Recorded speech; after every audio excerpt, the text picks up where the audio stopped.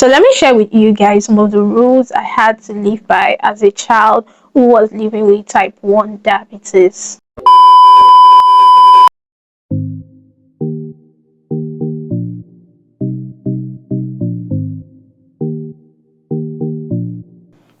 So hello guys, my name is Pere and welcome to my channel. So here I talk a lot about diabetes as a girl living with type 1 diabetes, to create awareness, to connect with other people living with diabetes, and to also show that you can live beyond it.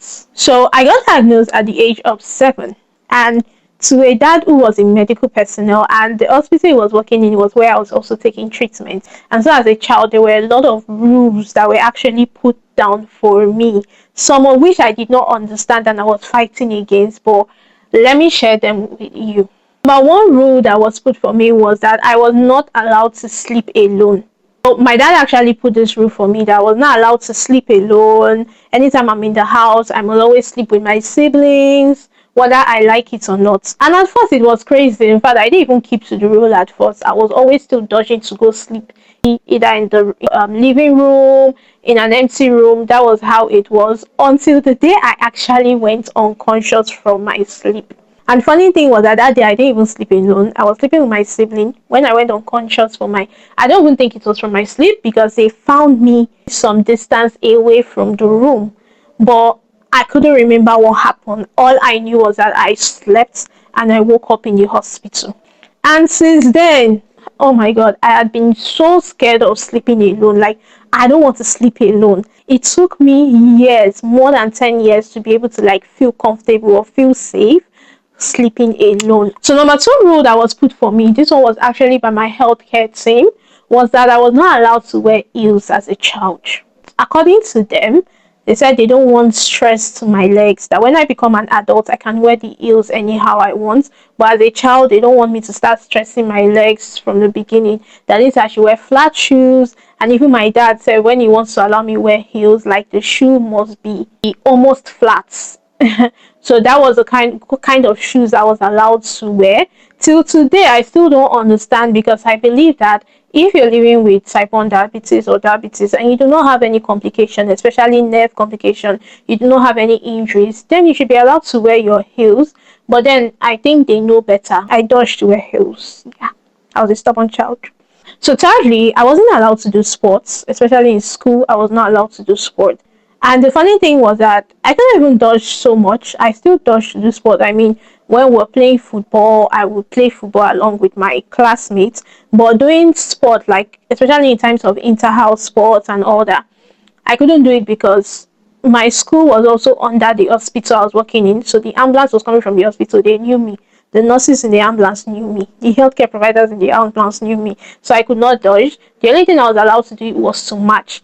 It's not because type 1 diabetics cannot do sport, but I think it's because as a child, it's harder for children to really explain what they are going through. So I can literally go into hypo, and because I'm carried away by the sport or because a lot of things are happening, I do not pay attention to my body, and can cause another issue, can cause me to go unconscious. And then the stress of doing sports on my body is a lot. It's going to bring down my sugar level really fast.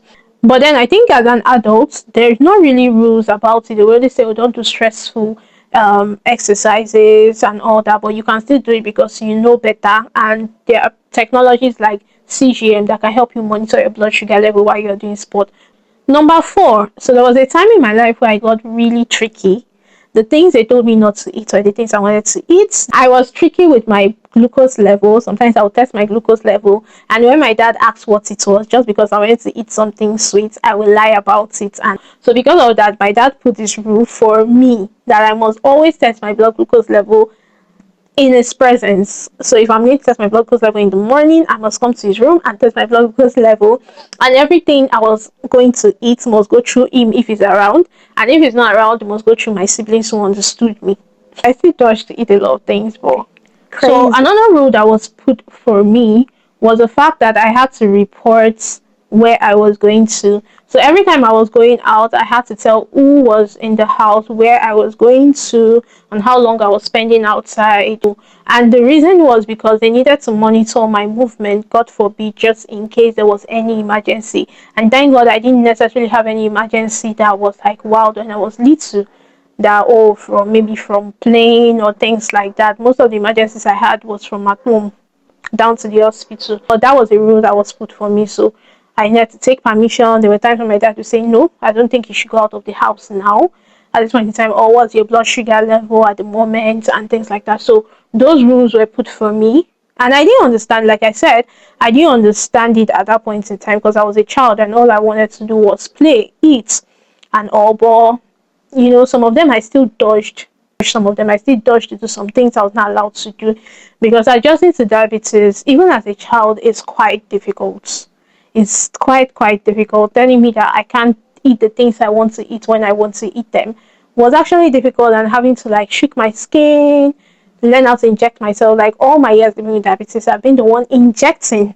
I've been the one injecting myself. So it was actually quite difficult, but these rules actually helped me to an extent, even if I didn't understand it. And they were actually good. And one of the other things that was put to me, this is not actually a rule, but it was just something, good, was the fact that I got the highest protein in the house. Not just because I was a child, but because my dad would tell me, oh, you're not eating a lot of carbs, you need a lot of protein. So it will put, when it's putting chicken, when there's chicken being shared for everybody, my dad is around, he will put more chicken for me. My siblings didn't follow those rules, didn't follow that rule. But yeah, when my dad's around, I love him dishing my food for me. So, but then that was just it. So it was all fun and a lot, but those rules may not really apply. Doesn't mean you should put it for your child and all that. But I think as children, a lot of the time, is a bit difficult. It's more ruling for children living with diabetes. There are a lot of rules that sometimes do not apply to adults. There are a lot of rules that has to be there to protect your child because they're not able to explain what they are going through a lot of time well, and it's just a lot more. So thank you guys for watching my video. If you've not subscribed, please support this diabetic girly by subscribing to my channel. It really helps a lot to reach my goal. And thank you so much for watching. Ciao.